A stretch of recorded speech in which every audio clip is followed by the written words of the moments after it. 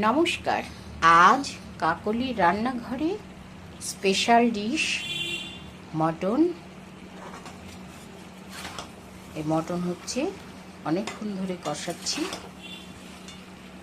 Marinate করে রেখেছিলাম প্রায় আধা ঘন্টার ওপর বা পৌনে 1 ঘন্টা। তার সঙ্গে আজ বাসমতি রাইস হচ্ছে,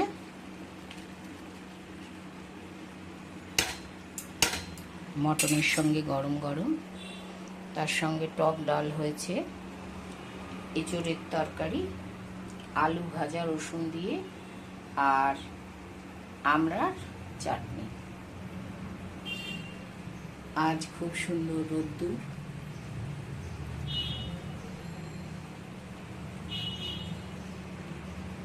আমার ভিডিওগুলো যদি আপনাদের ভালো লাগে প্লিজ সাবস্ক্রাইব করে পাশে থাকবেন, লাইক কমেন্ট অ্যান্ড শেয়ার করে দেবেন প্লিজ প্লিজ।